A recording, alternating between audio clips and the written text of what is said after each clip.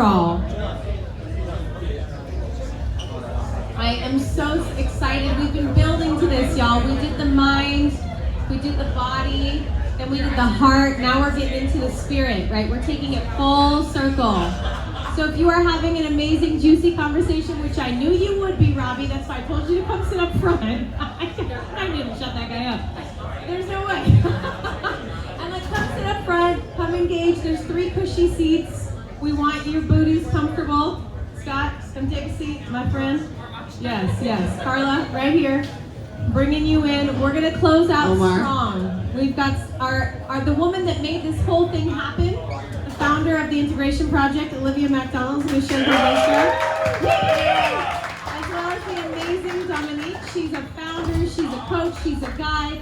She has an incredible story. You will definitely want to hear it. So come take a seat and join us for this final panel of the Sunday Sanctuary. And ladies, please introduce yourselves and give us a juicy tidbit about how you got to be where you are today. My name is Olivia MacDonell. I'm the founder of Tap Integration. And when we started this panel, I kind of gave the overall design for this panel. And so far, each facilitator that has come up has just far exceeded my expectations. I wanted this panel to be experiential, the body panel to be so somatic, to get us all into that calm, co-regulated place where we could just be here in community together. And the heart panel was just so beautiful and opening. And so that's part of what Tap Integration does, is make these tools as accessible and actionable as possible, giving these little reminders to people of how we get to actually enjoy our life, even when we're experiencing internal pressures, being founders, entrepreneurs, and just having day-to-day stresses of life. Also with all of the external world events that have been happening, volatility, chaos, how can we come back to ourselves, connect to ourselves, and then be interdependent on our communities so that we can continue to thrive no matter what is going on in our life. And so with each facilitator, there was a common thread in their stories of adversity that they had experienced and overcome, and how they have used those challenges and adversities to become the incredible world-class facilitators that they are, Dominique being one of them. And that's why I hand-selected each one of the facilitators that have spoken today, because of their story, because of the gifts that they have. Alex, that beautiful heart. In 5 minutes, I felt my heart open so wide and felt so connected, and that's how simple it is. And so if you can leave here today with one tool that you can add to help yourself to live a happier, more meaningful life, then we're doing our job. So just a little bit about me. I have my own story of adversity. I was born and raised in an international religious sex cult known as the Children of God. That was the dark side of it. The light side was that it was a missionary organization where everyone was living together, working together to tell people about Jesus and bring his love and light to the world. And so I really got to experience the light and shadow of social impact, of what it looks like when people come together to make a difference in the world, and how ego can seriously corrupt and lead to abuse of power, abuse of children, abuse of ourselves. And so living in a world and growing up in a world with so much complexity that is so tied into community and being together and helping each other is what really informed my path to purpose, what really gave me, I think, the way to sharing my gifts with others. Because what I've realized is once I was able to process all of the experiences that I've been through, the trauma that I've been through, and really allowed myself to grieve and have that experience of knowing what it was like Mandy was saying, to be a victim and hold my inner child with tenderness. As I was able to move through that, I started to realize that the way to truly living a privileged life is only, not in spite of, but as a result of going through the adversity that we've been through. Because only by living through the adversity that we've been through can we have the tools that we need to live a privileged life. Perseverance, resilience, compassion, empathy, purpose, meaning. And so standing on the other side of an extremely chaotic life, I can look back truly and say I wouldn't change a second of it. because every minute of my life has been perfect up until this moment. And my mission is to help people to get to that place in their life, but not to rush it, to take as long as you need in that processing to finally get to that place where you don't even have to think about letting go, you just do, it just happens. And so with that, I'll pass it over to you, Dominique. Thank you, Olivia. Sign me up. Hi guys, my name is Dominique. I am the founder of Mushyverse. Mushyverse is a psychedelic supplement CPG company and also a lab. Outside of Mushyverse, I'm also a licensed practitioner in the psychedelic science space, also trauma-informed, somatics-informed, as well as background in holistic health, medical botany, mycology, and neuroscience. A big part of my focuses within my journey has led to the convergence of science and spirituality. A big part of why I'm here today within my mission is so much more than just my own pursuits. I feel like within the world of entrepreneurship, Mushyverse being my fourth company, I've learned that if you're not leading with purpose, if you're not leading with the intent to elevate the collective, you're missing the entire point. Of course, entrepreneurship, we hope that we are solving problems. We hope that we are adding new solutions to the many different issues that we deal with at a global scale. But more importantly, how many lives are we possibly touching in a positive way? And that is my most favorite opportunity that I get to be able to put into motion with the work that I do. Throughout the journey of my life, I've gone through every form of abuse under the sun and through so much different hardships from a very young age, which has caused me to turn to God, to source more than anything. And through that journey at a very young age, I spent most of my time in libraries reading about every form of truth I could get my hands on. You know, you range from religion, spirituality, esoterics, occultism, you name it. I wanted truth more than anything. And so this journey led at a very young age to seek out pilgrimages. I found a Ram Dass pilgrimage when I was 11 years old at the Church of Conscious Harmony here in Austin. And I went to them and I said, hey, I saw you're doing this spiritual pilgrimage. I'm really curious to going down this journey with all of you. And they said, oh, I'm so sorry, but you have to be 18 in order to attend. And well, I said, that just won't do. So I wrote a 3-page essay and I showed up the next day and I said, I'm gonna show you why I'm one of the most devout seekers you'll ever meet. And they read that essay and they looked at each other and they looked back at me and they said, okay, you can go. So for the first time in history at that church, they allowed me the opportunity to start going, and I went every single year until I was 17. I felt like I really received what the offering was at that foundation. And you know, we all undergo so many different experiences from our own hardships and our own traumas, but what I can say is, you know, we're never really, I can't speak for everyone, but what I can say is none of us are really genuinely given a safe space to properly feel heard, to feel seen in order to process in all the ways that we need to. And for me, as I was continuing to go through all these different things year after year, I found that safe space at a young age where I could process, where I could really deepen my point of surrender at such a young age. And then eventually that led to partaking of psychedelics in a very intentional way. And I broke through with DMT at 15.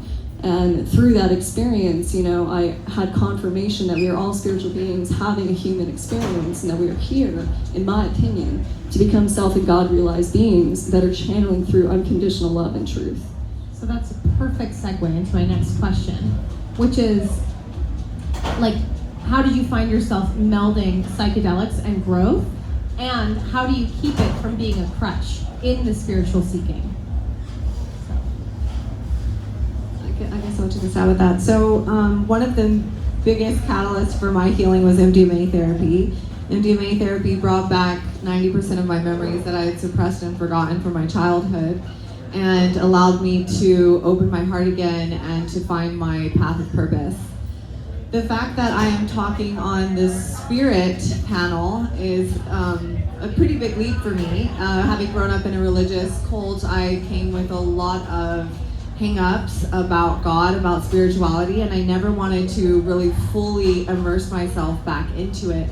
And so I had to take baby steps in that direction and find out the simplest terms that could connect me to spirituality in a way that I could accept and believe in that was not triggering for me. And the simplest concept of spirituality that I came to is that spirituality is a matter of harmony. It's being in harmony or out of harmony. And that was something that I could connect to because I noticed when I was dysregulated or I was, triggered or my protector parts are out, there was just more conflict in my life, more chaos. Things were not going well. I was in more fights with people. My relationships weren't going well. But when my mind, body, heart all started to come online and work together in alignment, everything started to be in harmony. And then after being in harmony, I started to connect spirituality to light and sound and how those affect each other. I was at a party one time and we had taken some 2CB and I was laying down on a bed and I was listening to the music and I was watching the strobe lights. And it was the same sequence of strobe lights that were going over and over and over, but the music was changing. And every time a new song came on, I noticed that the reflection of the lights were changing as well. And I realized that the sound of the songs and the frequency and vibrations of the songs were affecting how much light was transmitted from the light. And I recognized how it works the same exact way for us. We are vibrational beings and we transmit light. So if we are operating at a really low frequency of, let's say, shame or fear or guilt, we become like opaque beings that are dark, like shadow. We're in our shadow. Shadows do not transmit light. You've probably recognized, you've probably seen somebody and you can't, their energy feels heavy. They're not transmitting a lot of light. They're kind of maybe fading in the corner somewhere. And as we start to release that fear, shame, guilt, and we start to vibrate at higher levels of states of joy, happiness, or the very highest, which is peace, our ability to transmit light becomes so much greater. And so I started to understand this relationship between light and sound, and that it's just so simple. It's as simple as that. The higher frequency we are, the more light we transmit. I'll just say two more things. So, we were talking a lot about nervous systems today. When we think about nervous systems, what do we think? Like nervousness. We automatically go to sort of this feeling of dysregulation. Our nervous systems are activated. So when we're nervous, we're in that lower level of vibration. We're not able to transmit as much light. When we start to regulate and connect, mind, body, and heart start to come in alignment, we start to raise our vibration and we can transmit more light. And I realized that we need to have another word for the nervous system that actually conveys what we're transmitting in that moment. So instead of nervous system, I think it becomes a nervine system because it connects us to the divine power, to divine love within us. And so as we start to clean our bodies, our vibration, and we raise our emotional state, we can connect to this higher power, this higher source. We're more connected, we're creative, we're open, we're transmitting light, we're able to have harmony in our life. And that was the way that I was able to really reconcile what spirituality means, what it looks like, and how it can connect to really anybody on earth by connecting to the breath, connecting to the heart. And I know that doesn't really exactly talk about psychedelics, but psychedelics are this expansive substance that can, or medicine that can really help us to clear a lot of the things that keep us in shame. But once we clear that, we can connect back to it with tools as simple as going outside and looking at the sun, because the sun is the greatest, beautiful, powerful light that we can find that represents what God must feel like: light, warmth, love. And so we don't need to be taking substances all the time, although I love Mushyverse and her product is amazing, but just using it intentionally, we can get there on a regular day-to-day basis. Absolutely. Dominique, would you like to add to that about, being at the intersection of science and personal growth and psychedelics, and then using it but not using it as a crutch? Yeah, so to speak a little bit more the convergence of science and spirituality, one, you brought up a really beautiful point that I wanted to piggyback off of. When I was 18, I started a spiritual path that I'm on, it's still on today, and it's called the Master Path, and it is literally called the Path of Light and Sound. It is a bhakti path, and it was the most profound spiritual path that I've found to date that literally bridges the gap between science and spirituality. And when you look at the fine line between the two, I believe what's left is bhakti. Bhakti is complete love and devotion through truth. And, I think that there's no greater force in the world truly than love. I think that when we get down to brass tacks, we're looking at the frequency that we all yearn to experience, embody, and step deeper into. It is love itself. And how do we attain that, right? How do we embody that greater? We learn to be able to let go of any form of identity that we have held throughout this entire experience. We learn to step deeper into the knowingness of who we really are and the divine remembrance of soul itself, instead of holding all the attachments that make us what we think we are. And a big part of that is understanding how to utilize these beautiful sacred medicines solely as conscious resources, not as a crutch. Even though I run a psychedelics company now, most people are saying, oh, which one do you imbibe in and which one are you using here and there? And I'm like, I'm sober almost all the time, I'm not gonna lie. But I will say that when I do choose to imbibe, it's extremely intentionally, solely for the purpose of reaching deeper into my psyche, into my subconscious, to understand the underlying truths that need to be unveiled for me to see deeper into my own becoming, right? And when it comes to also how we're utilizing them, I think there's a lot of people too that are escaping. There's a lot of people that are not realizing that these medicines are meant to be medicines for a reason. We go back ancient times and we look at civilizations from thousands of years ago that were utilizing this ritualistically for tapping into ancestors, tapping into the remembrance of their divine connections, right?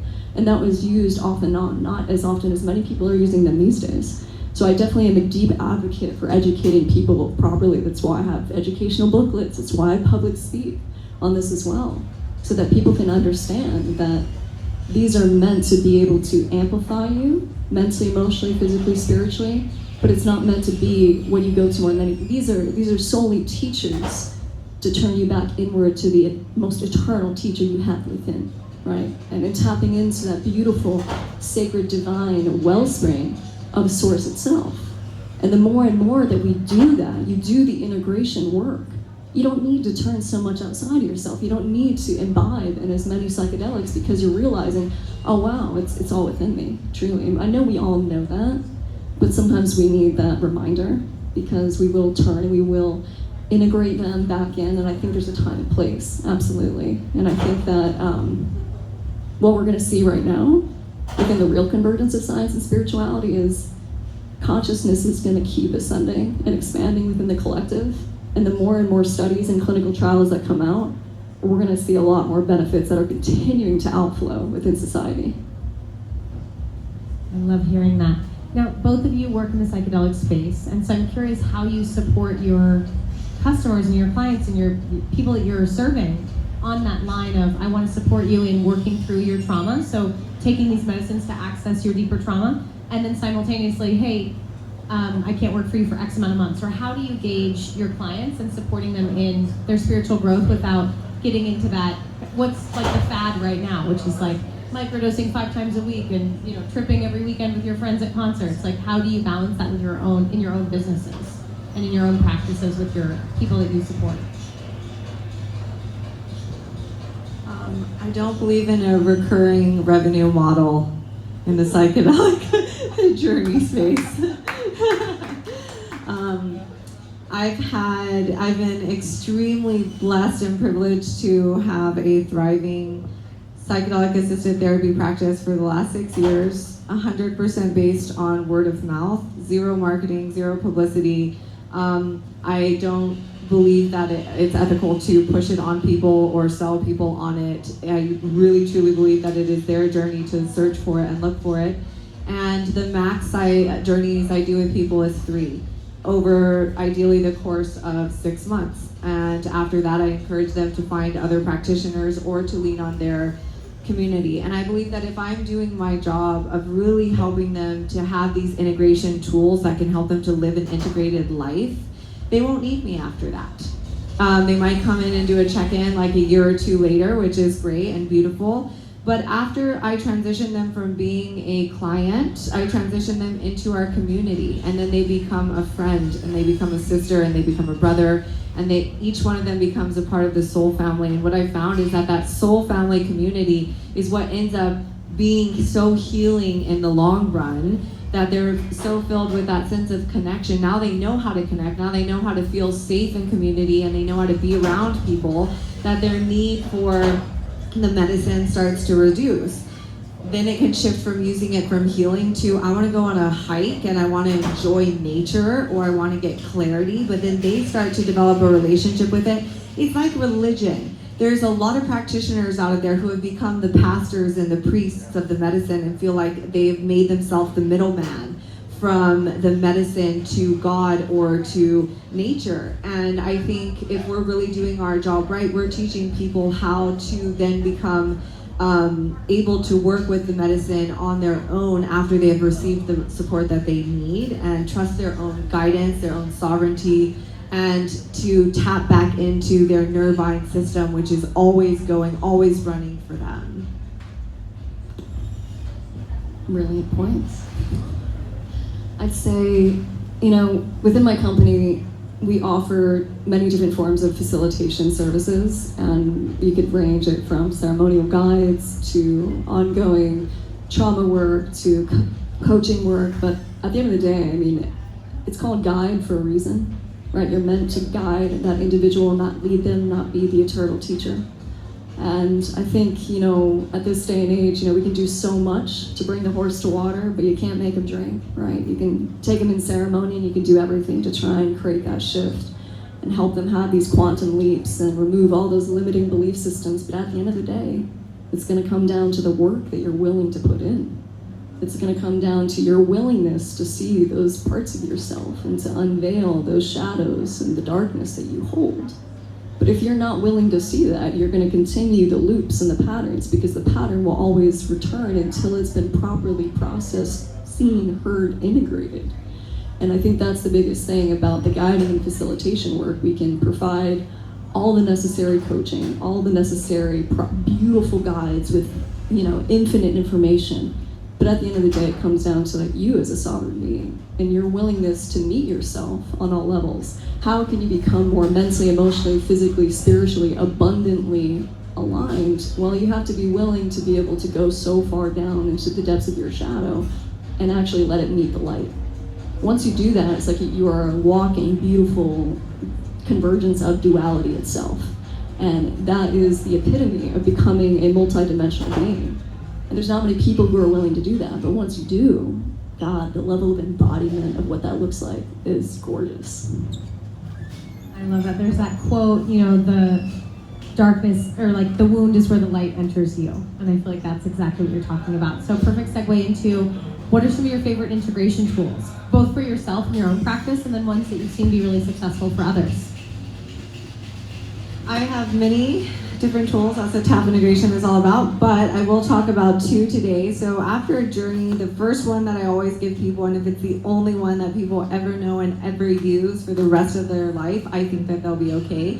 So previously I talked about, moving up to these different states of vibration, and what helps us to move through and to have those emotional releases is acceptance, radical acceptance. But that can be a kind of tricky one to get to. So there's a practice that's almost the exact same frequency of acceptance that's a little easier to come by, and that's gratitude. And I believe that gratitude is the ultimate cheat code around, and it can get us to that place of acceptance. And so the way that I teach gratitude is a fully somatic experience that starts by saying thank you. A lot of people will say, I'm grateful for, or I'm thankful for, but getting into the place of just starting your gratitude practice by saying thank you. The only association that our brains have with the words thank you is when you're actively receiving something. So if you're actively receiving something from someone, you're accepting it from them. And so when we say thank you Thank you for the adversity. Thank you for this challenge. Yes, thank you. I heard P.D. Holmes on a podcast the other day, and that's his mantra. Yes, thank you. For anything that happens, I just stubbed my toe. Yes, thank you. You receive it. You are not in resistance to it. Thank you. Thank you for this beautiful day. Thank you for the sun that rises for us every single morning, no matter how depressed or anxious I am. Thank you for the birds that are singing. And as we keep going, and that's how I got through one of the hardest experiences of my life. My mom was dying of cancer, and I was so depressed, and I could not get out of it. And someone sent me a 5-minute gratitude rampage, and it changed my whole life. So it can shift you so fast, so quickly, if you just let go and surrender into just saying thank you and receiving it. Shout out to Abraham Hicks. Exactly. If you don't know about it, YouTube her later. Abraham Hicks, gratitude rampage. And then the second one is paradox, and really understanding and embracing paradox. And I want to use Dominique as an example because to me, she is the perfect paradox. She looks like a beautiful, sexy anime Barbie doll, and then she is just a wealth of wisdom and depth and truth, and she's a facilitator and has so much light pouring through her, and she's this creative powerhouse entrepreneur, founder woman. I mean, she just has so much range and so much complexity, and we all have that ability to access that within us, but the way that we can do that is by fully accepting our shadow, the dark side. I had to fully accept that I was born and raised in a religious sex cult, and then I had to fully accept that it was also a beautiful missionary organization that actually helped and changed thousands of lives all over the world. And so both were extremely true, just like the dark, the shadow, the ego, the protector parts is true within me, and so is the part that wants to serve and love and give. And the more I can accept that paradox within me, I can accept the paradox of life. Carl Jung says the paradox is the closest thing we have to understanding the fullness of life, and that fullness resides within us. And so those are two of my favorite integration tools at the moment. Ow! Alright, so every single day I have my own personal integration practice, and it's also one that I teach to my clients as well. When we undergo so many wild experiences within this grand experience, we need a way to be able to keep track of the mental log, because sometimes it's just so much all at once. And I feel like, for me, one of the biggest ways to be able to deeper understand and unravel the subconscious and the psyche is, first thing when you wake up in the morning, you actually take that time, instead of reaching for your phone right away or thinking about the flood of thoughts that are immediately just filling in your psyche, is actually pausing and doing the inner work with your eyes still closed and doing sincere dream reflection. Because in our dreams, if you look back thousands of years ago, this was very common in day-to-day practices with oracles and priestesses to be able to take so much time with their eyes closed right upon waking to be able to understand the truths that are hidden within the psyche and the subconscious. And every single day I'm handed so many different truths, and I take that with a lot of heart to be able to integrate those truths, because it helps me not only understand more of my inner workings, but it helps me bring light to all the different nuances that go on within the mind that sometimes we can't even fully understand ourselves. So I highly suggest looking deeper into the symbolism behind the dream state and just beginning that practice. It doesn't have to be complex, but the more and more you set that intention, I've had many clients express that I don't always remember my dreams, yada yada. I'm like, well, if you don't set the intention, you're not gonna remember. But once you set the intention, you absolutely will begin to remember. Outside of the dream reflection, a lot of it is written work. I write about 15 poems a day, and every single day when I write, it is a channeling. It is literally just like it floods in, and I completely take that time to express. And everyone has their own ways and their own forms of expression, but for me, a big part of that channeling and writing is a way that I'm integrating. It is a way that I'm allowing myself to feel the fullness of the capacity of that spectrum of expression. and know that I can be able to beautifully and eloquently allow myself to put it in a form that it can help heal other people. I share them every single day as well, so that other people can hopefully glean a glimpse of what I'm also healing through and always learning myself. So I'd say writing is huge when you go through these wild and big experiences, taking that time for deep self-reflection, taking that time to really just allow yourself that outflow. I feel like when we're younger, we're taught a lot how to journal, and then we get older and people are like, oh yeah, I think about it. Think about journaling, think about writing, it sounds good, or they might do it, or they pretend to do it, but then there's actually doing it. So that's really huge. And then the third thing is setting your daily declaration. Every single morning when I wake up, it may differentiate based upon each day, but it's always pretty similar to the main declaration. And it's so important that you set this declaration, because this is going to set the tone for the entire day of your experience every single day. I'll just share mine really quickly. I always say, I declare myself as a divine open channel for love, light, sound, clarity, and abundance to flow through me. Allow me to selflessly serve with you and through you in all that I do, Source. I thank you with endless and reverent gratitude. I thank you. I love you. That is my declaration. And whatever I need... Amen. Woo! But whatever I need that day, you put that in for you, If you're needing grace, okay, allow it to be grace. If you're needing to process grief, allow it to be. I set my declaration to declare space for that, for grieving. Whatever it is that you need, ask for it. But create that clarity around it and set the tone so that you are just washing yourself over in that love and that forgiveness and that abundance and that clarity and all that you want to bring within your own reality. People forget that they are so powerful. We are all limitless, all powerful beings, and you speak life in every moment, so be so careful what you say into reality, because it will manifest. Thank you. I don't know what y'all did for your 21st birthdays, but I spent mine at a Mayan dream workshop in Ashland, Oregon, and we learned that every night you have 8 dreams, and each of your dreams is separated by a crash or a flip or some jolt or a scene change. So if you're like, oh, I don't remember my dreams, and he said, first thing you do when you wake up is you say, the last thing I remember is, and you work your way backwards. You don't try to start at the beginning of the dream. You start with the end, and then you work your way to that way, and that might help you with your dream recognition. So, just normal stuff you do when you're from Oregon for your 21st birthday. But we've got a juicy practice that you guys are going to guide us through. Well, just to follow the theme of the experiential stuff, I want to do one practice to close us out all together. And then after we finish that, I'm going to call John Del Bello, the founder of Be Giving, up to tell his extremely powerful story of being a founder and going through his own adversity, and then we'll close it out. Thank you so much for just coming here and being present and doing the activities with us. So if everyone could just close their eyes for a minute and think about some adversity in your life that you may have experienced recently, or it may have been in the past, but one that still causes you a little bit of charge when you think about it.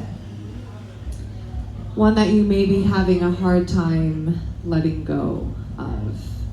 And I want to see if together, doing this practice of gratitude, we can all come together and raise our state in harmony with each other in this powerful energy to be able to reach that place of acceptance, to let go. So you might want to just, put a hand over your heart, just so you can hold that heart with some tenderness, really thanking yourself, the part of you that went through that adversity and that hardship and is having a hard time letting go. Just thank yourself. Thank yourself for holding that, for keeping it close to protect you. And then in your mind, you can just follow along with me. Thank you. Thank you so much for this challenge that was brought to me. Thank you that every single thing that is happening in my life, especially this event, is happening for me. Thank you that even though it doesn't feel like it's happening for me, it is happening for me. Thank you that even though I don't quite see it yet, it's happening to make me stronger, to make me more connected. Thank you that it's making me more loving. Thank you that it's making me more wise. Thank you that it's making me more powerful. Thank you that it's giving me humility and compassion for other people that have gone through the same thing. Thank you for that one person that I'm thinking of that I can connect more to with compassion because I know that they have gone through the same thing. Thank you. Thank you for the privilege of the adversity that I've experienced. Thank you that I don't see it yet, but further down the road, I'm going to look back and be so thankful that I experienced it. Thank you for the ability to trust. Thank you for the ability to let go. Thank you that I will let go just when the moment is right and I won't even have to think about it. Thank you. Thank you that it is already done. Thank you that it's already passed. Thank you that I am free. Thank you that I get to choose freedom. Thank you that I get to choose overcoming and victory. Thank you, thank you, thank you. Now, if everyone will raise their hands straight up in the air, like they're celebrating a soccer goal that was just made, and just pump your arms in the air, celebrating the fact that you've just let go of this thing you've been hanging on to. Woo!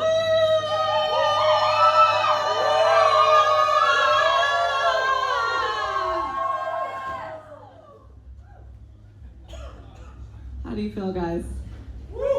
Better. I'm not crying.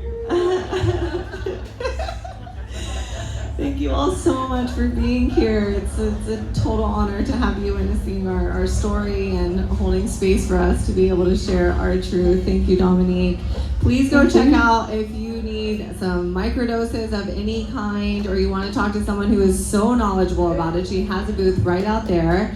And yeah, with no further ado, John, please come take my seat. I would love for you to come up and tell your quick story, and then you guys can all go dance and party. Thank you guys so much. Lakshmi, thank you so much. Can I please get a round of applause for this incredible moderator? And